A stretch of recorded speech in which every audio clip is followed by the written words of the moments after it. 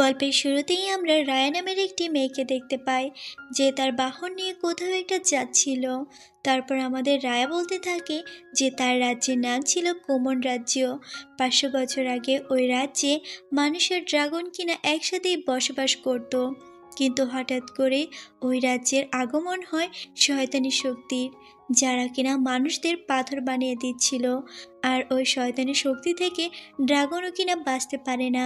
এক এক করে সকল ড্রাগন আর মানুষ পাথরে রূপান্তরিত হচ্ছিল, কিন্তু ওই ড্রাগনদের মধ্যে থেকে 3টি ড্রাগন তারা কিনা ভালোবাসা, খুশি আর বিশ্বাস দিয়ে একটি পাথর বানায়, কিন্তু শেষ পর্যন্ত ওই পাথরটি তারা আর কার্যকরী করতে পারে না। ওই শয়তানের শক্তি তাদেরকেও কিনা পাথর বানিয়ে দিয়েছিল, কিন্তু শেষ পর্যন্ত ওই ড্রাগনদের মধ্যে থেকে একটি ড্রাগন, যার নাম ছিল শিশু, সে বেঁচে গিয়েছিল।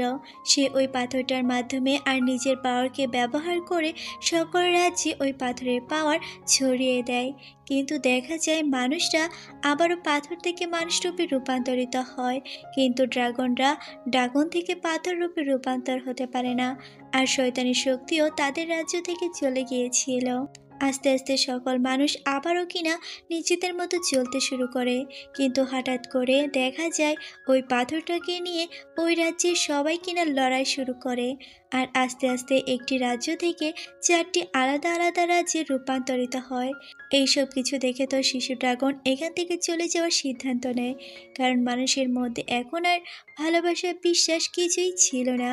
সে তখন এখান থেকে চলে যায়। তারপর আমাদের এখনকার সময় থেকে 4-5 বছর আগের ঘটনা বলা হয়, যেখানে আমরা ছোট্ট রায়াকে দেখতে পাই। আর ছোট্ট রায়ার সাথে একটি পোষা প্যাট ছিল, যার নাম ছিল টুকটুক।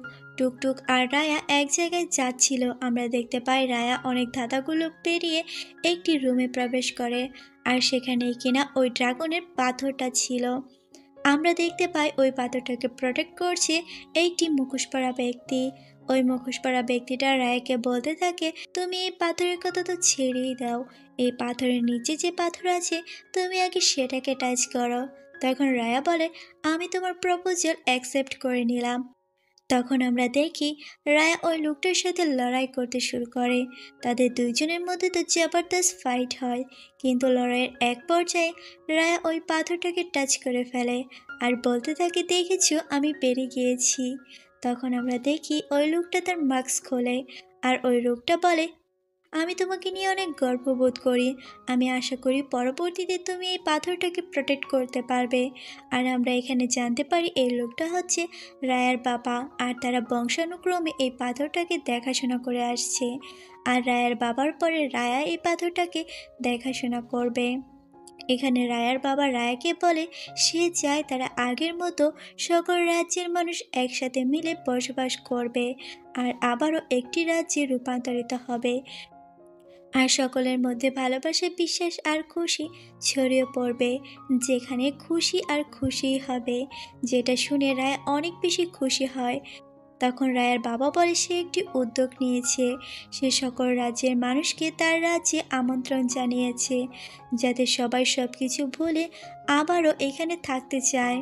যেটা শুনে রায়া অনেক বেশি খুশি হয়।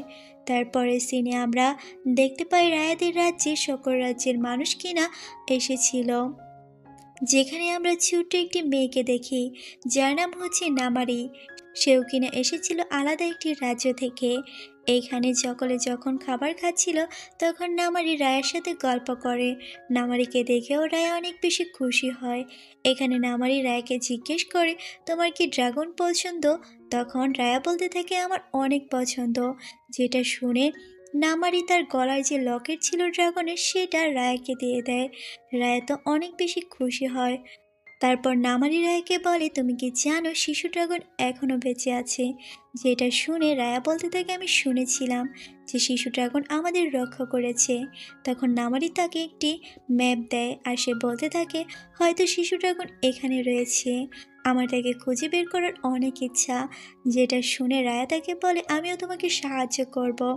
তখন নামারি তাকে বলে, তুমি কি জানো ওই পাথরটা কোথায় আছে, যেটা শিশু ড্রাগন বানিয়েছিল? তখন রায়া বলতে থাকে, আমি জানি, ওটা তো আমাদের রাজ্যেই আছে। তখন নামারি বলতে থাকে, তুমি আমাকে এটা দেখাবে? তখন রায়া বলে, অবশ্যই। এখানে রায়া তো নামারিকে বিশ্বাস করে নিয়েছিল। তখন রায়া নামারিকে ওই জায়গায় নিয়ে যায় যেখানে ওই পাথরটা ছিল। নামারি যখন ওই পাথরটাকে দেখে আস্তে আস্তে তার রূপ পরিবর্তন হতে শুরু করে। সে তখন রায়াকে বলে, আমি এখন এই পাথরটা পেয়ে গিয়েছি, তার তোমার কোনোই প্রয়োজন নেই। আর সে রায়ার সাথে ফাইট করতে শুরু করে। কিন্তু আমরা তো জানি রায়া ফাইটে অনেক দক্ষ। সে নামারিকে ওই পাথরের কাছে যেতেই দিচ্ছিল না। তখন নামারি করে কি, সে একটি ফায়ার গান উপরে ছুঁড়ে মারে যাতে তার রাজ্যের সকলে বুঝতে পারে এই পাথরটা কোথায় আছে। তখনই দেখা যায় বাইরে থেকে সকলে বুঝে ফেলে যে এই পাথরটা কোথায় আছে। আর আস্তে আস্তে নামারিতে রাজ্যের সকলে ওখানে চলে আসে। আর দেখা যায় রায়ার বাবাও কিনা ওখানে চলে এসেছিল। আর আস্তে আস্তে সকল রাজ্যের মানুষও ওখানে পৌঁছে যায়। আর তাদের মধ্যে বিশাল লড়াই শুরু হয়।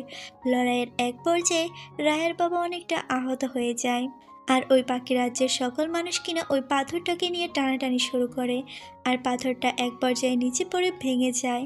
আর পাথরটা ভেঙে যাওয়ার সাথে সাথেই কিনা শয়তানি শক্তি মাটির নিচ থেকে বেরোতে শুরু করে। আর এক দুইজনকে তো পাথরও বানিয়ে যায়, যেটা দেখে রায়ার বাবা তাড়াতাড়ি করে পাথরের এক টুকরো নিয়ে শয়তানি শক্তির সামনে ধরে, যেটা দেখে তো শয়তানি শক্তি এখান থেকে চলে যায়। তখনই বাকি রাজ্যের মানুষজন বুঝতে পারে এই পাথরটা যার কাছে থাকবে শয়তানি শক্তি তার কাছে আসতে পারবে না। তখন ওই পাথরের বাকি 4 টুকরো বাকি রাজ্যের মানুষজন এক এক করে নিয়ে যায়। আর তারা এই রাজ্য থেকে পালাতে শুরু করে। আর আমরা দেখতে পাই শয়তানি শক্তিরাও কিনা তাদের পিছু করছিল। এইদিকে আমরা রায়া আর তার বাবাকে দেখি। রায়ার বাবাও এক টুকরো পাথর নিয়ে রায়কে নিয়ে এখান থেকে পালাচ্ছিল, কিন্তু তার অবস্থা একদমই খারাপ হয়ে গিয়েছিল। সে তখন রায়ার হাতে ওই পাথরটা দিয়ে রায়াকে বলে, তুমি ভবিষ্যতে এই রাজ্যকে রক্ষা করবে আর সকল রাজ্যের মানুষকে আবারও কিনা আমাদের রাজ্যে ফিরিয়ে আনবে। আমার তোমার উপর বিশ্বাস আছে। এইটা বলে সে রায়কে নিচের পানিতে ফেলে দেয়। আর ওই শয়তানি শক্তি রায়ের বাবাকে পাথর বানিয়ে দেয়। তারপর আমাদের মুভির প্রথমে সিন দেখানো হয় যেখানে রায় তার বাহন নিয়ে কোথাও একটা যাচ্ছিল। আর আমরা দেখতে পাই রায়া অনেক বড় হয়ে গিয়েছে।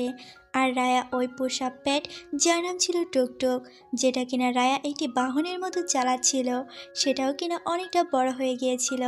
এখানে রায়া আমাদের বলে সে এত বছর ধরে ওই শিশি ড্রাগনকে কোথায় কোথায় না খুঁজেছে।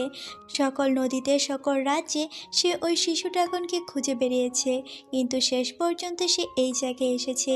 কারণ ছোটবেলায় নামারি তাকে বলেছিল হয়তো শিশু ড্রাগন এখানে রয়েছে। তাই সে ওই নামারি দেওয়া লকেটটা নিয়ে এইখানে চলে এসেছে শিশু ড্রাগনকে খোঁজার জন্য। সে দেখতে পায় এখানে নালার মতো একটা নদী রয়েছে। আর তার সামনে রয়েছে ভাঙাচোরা একটি জাহাজ। সে যখন ভিতরে প্রবেশ করে কোথাও সে শিশু ড্রাগনকে দেখতে পায় না, কিন্তু সে ওই তার কাছে থাকা লকেট দিয়ে এখানে কিছু ঋতু সম্পূর্ণ করে। আর সে শিশু ড্রাগনকে ডাকতে থাকে। তখনই দেখা যায় ওই যে ছোট নালা ছিল সেখান থেকে পানির ছোট ছোট বুদবুদ উঠে শিশু ড্রাগন নিজের রূপে চলে আসে। আর আমরা জানতে পারি শিশু ড্রাগন আসলে পানির মধ্যে তার নিজের রূপ পরিবর্তন করে থাকতে পারত। তখন শিশু ড্রাগন বলতে থাকে মানুষের ভয়ে সে এখানে চলে এসেছিল, কারণ মানুষের মধ্যে কোনো ভালোবাসা বিশ্বাস ছিলই না। আর ওই শয়তানের শক্তি তো সকলকে পাথর বানিয়ে দিচ্ছিল, তাই সে এত বছর ধরে এইখানেই ঘুমিয়েছিল। তখন রায়া তাকে বলে ওই শয়তানের শক্তি তো সকলকে পাথর বানিয়ে দিয়েছে, আর শিশু ড্রাগন যে পাথরটা বানিয়েছিল সেটাও ভেঙে গিয়েছে। যেটা শুনে শিশু ড্রাগন তো একদমই রেগে যায়। সে বলতে থাকে তোমাদের সাহস কী করে হয় আমার ওই পাথরটাকে ভেঙে ফেলার। তখন রায়া বলে সকল রাজ্যের মানুষজন ওই পাথরটাকে নিয়ে টানা হেঁচড়া করে পাথরটা ভেঙে ফেলেছে। আর সকল রাজ্যের কাছে আলাদা আলাদা টুকরো রয়েছে। শিশু ড্রাগন যেহেতু আগে ওই পাথরটা বানিয়েছিল, তাই এখনও যেন সে ওই পাথরটা বানিয়ে দেয়। তখন ওই শিশু ড্রাগন বলতে থাকে আমার 5 ভাই বোন তাদের আলাদা আলাদা শক্তি দিয়ে ওই পাথরটাকে রূপান্তর করেছিল, আর শেষ পর্যন্ত আমি ওটাকে কার্যকারী করেছিলাম।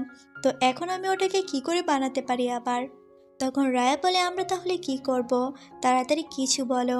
তখন ওই শিশু ড্রাগন বলতে থাকে যেহেতু ওই পাথরটা ভেঙে গিয়েছে আর তার 5টি আলাদা আলাদা টুকরো হয়েছে, তাহলে এক কাজ করো, ওই 5টি আলাদা আলাদা টুকরো আমার কাছে নিয়ে এসো, তাহলে হয়তো আমি কিছু করতে পারবো।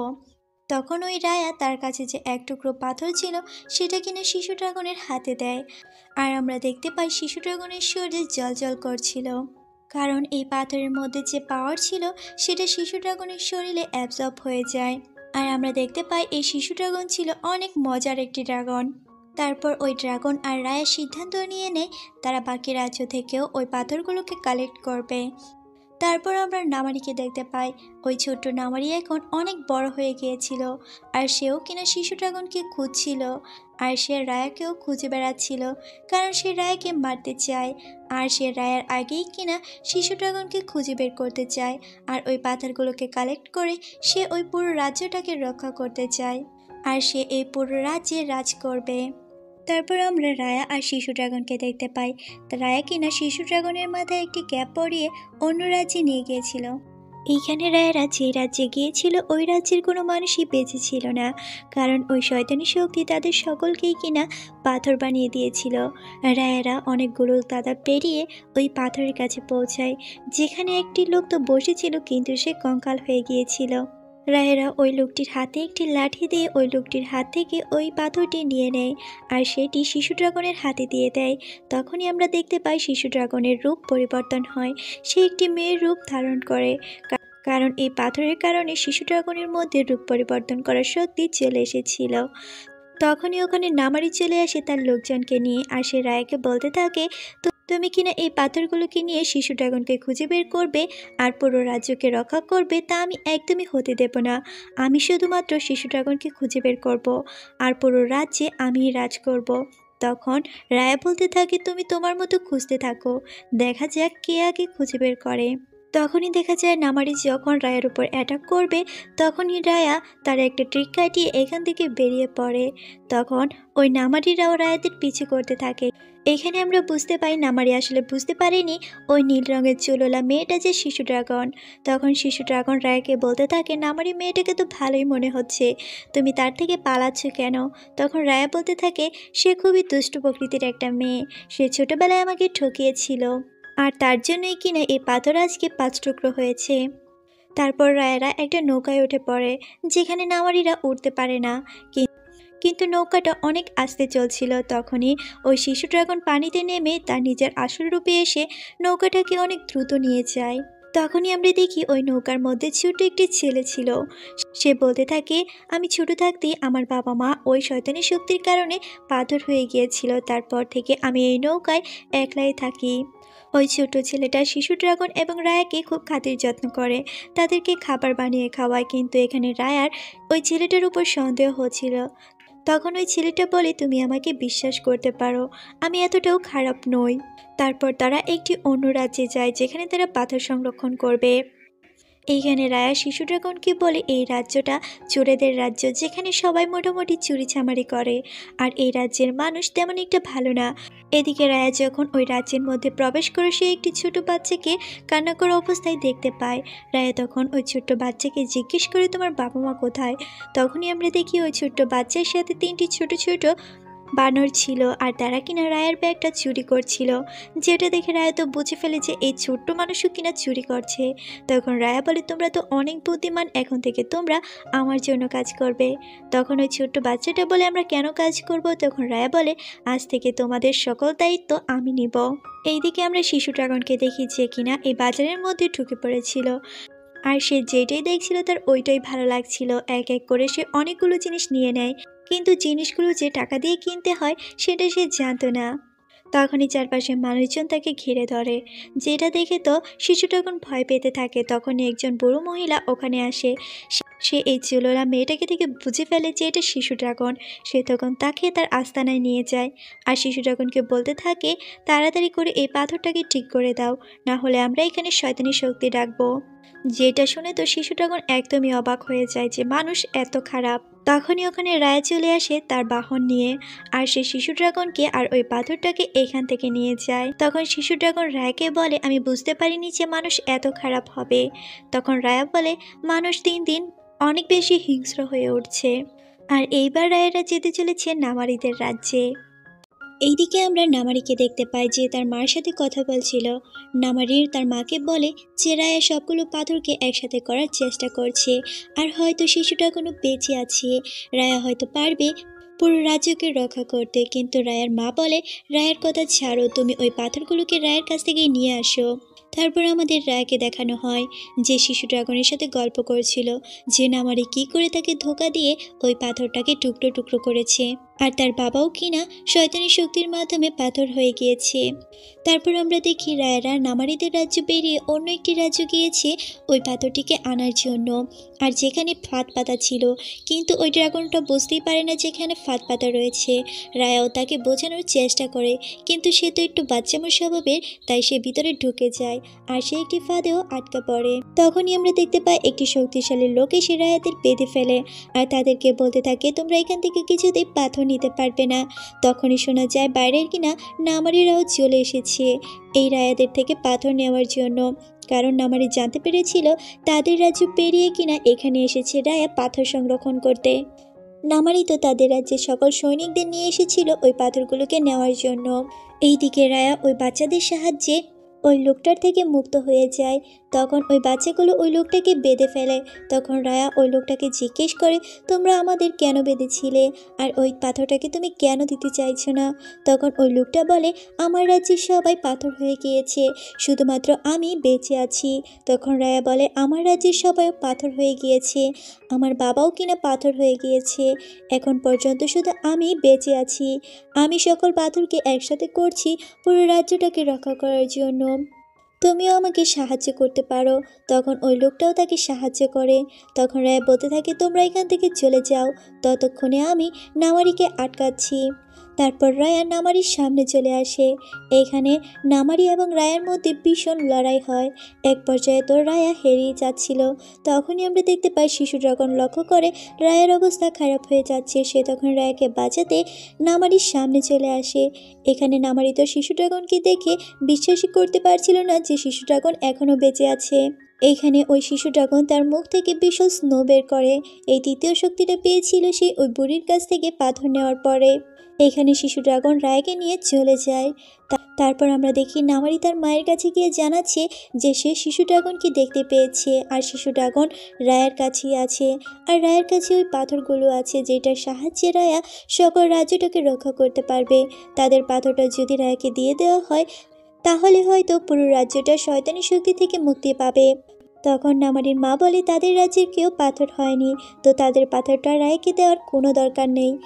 আর এখানে আমরা জানতে পারি নামারি আসলে এতটাও খারাপ না, নামারিকে খারাপ করে তুলেছে তার মা।